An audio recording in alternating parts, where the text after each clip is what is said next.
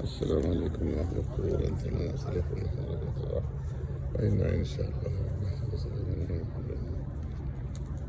یہ ہے حضرت امیر حمزہ رضی اللہ تعالیٰ عنہ کا قبر ہے، یہاں پر مدفون ہے.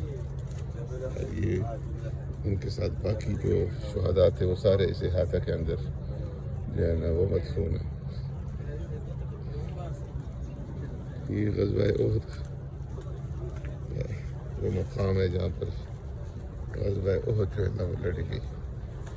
اور یہ سامنے جو پہاڑی ہے یہ جس پہ کچھ لوگ کھڑے ہوئے ہیں، یہ اس پہاڑی کے اوپر حضور صلی اللہ علیہ وسلم نے 50 تیر اندازوں کا دستہ بٹھایا ہوا تھا اور ان سے فرمایا تھا کہ جو بھی ہو جائے ہم نے اس جگہ کو نہیں چھوڑنا. جس وقت مسلمانوں کو فتح ہونے لگی ابتدا میں اور کچھ لوگ مال غنیمت جمع کرنے کے اندر مصروف ہو گئے، کفار جو ہے نا وہ شکست کھا کر خود بھاگنے لگے. اس موقع کے اوپر پھر جو یہ 50 آدمی تھے تیر انداز، ان کے اندر اختلاف پیدا ہوا. بعض نے کہا کہ ابھی مسلمانوں کو فتح ہو چکی ہے. جو امیر تھے انہوں نے منع کیا کہ نیچے مت جاؤ، اس لیے کہ دوسرا نے فرمایا تھا کہ جو بھی ہو جائے تو ہم نے نیچے اس جگہ کو نہیں چھوڑنا. لیکن بعد نے کہا کہ اب چونکہ فتح ہو چکی ہے اور مسلمان مال غنیمت اکٹھا کر رہے ہیں تو ہمیں یہاں رہنے کی کیا ضرورت ہے. وہ بھی نیچے اتر گئے. اس وقت تک حضرت خالد بن ولید رضی اللہ تعالیٰ عنہ مسلمان نہیں ہوئے تھے، تو انہوں نے اس موقع کو غنیمت سمجھا اور پیچھے سے جو ہے نا وہ اس پہاڑی کے پیچھے سے آ کر کے انہوں نے دوبارہ حملہ کیا.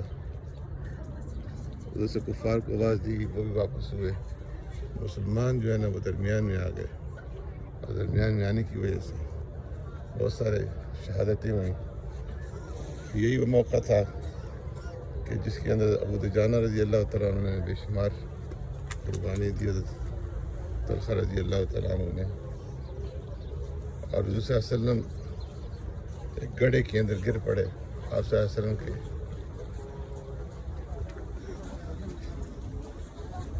دان مبارک بھی شہید ہو گئے تھے اس موقع پر. یہ وہ غزوہ خندق ہے جس میں پیارے پیغمبر صلی اللہ علیہ وسلم کے دان مبارک شہید ہوئے.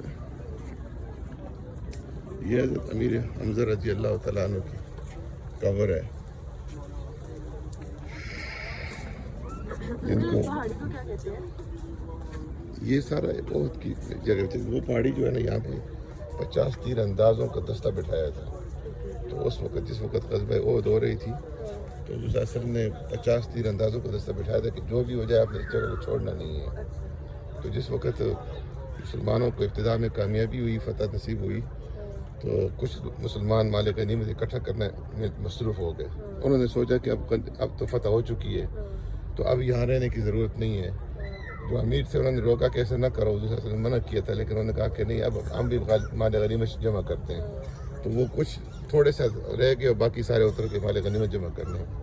تو حضرت خالد بن ولید اس وقت تک مسلمان نہیں ہوئے تھے. انہوں نے جب دیکھا کہ یہ جگہ خالی ہو رہی ہے، وہ گھوڑوں کے لشکر کے اوپر ادھر سے پھر کر کے آئے، ان کو ختم کیا اور ادھر سے مسلمانوں کے نہیں جو وہاں بیٹھے ہوئے تھے تیر انداز جو بیٹھے ہوئے تھے ان کو ختم کیا. حضرت امیر حمزہ تو اس لڑائی میں شہید ہوئے وحشی کے ہاتھوں. یہ ان کی قبر ہے. یہ یہاں باقی جتنے بھی شہداء ہیں وہ سب کی، لیکن ان کی نشاندہی یہ کی ہوئی ہے اس میں. جی تو ادھر سے پھر کافر بھی واپس آ گئے، ادھر سے بھی واپس آ گئے، ادھر سے بھی ہو گئے، مسلمان درمیان میں آ گئے. تو اس وجہ سے کافی شہادتیں ہوئیں کہ مسلمانوں کی. حضور صلی اللہ علیہ وسلم گاڑی کے اندر گر پڑے آپ صلی اللہ علیہ وسلم کے. اچھا وہ ادھر ہوئے. اس کا نام کیا ہے؟ اس پہاڑ کا کوئی نام ہے؟ اس کا یہ تو احد کا، یہ سارا احد کا میدان ہے. ہاں یہ سامنے پہاڑی جو ہے نا یہ احد کی ہے، جبل احد کہلاتی ہے.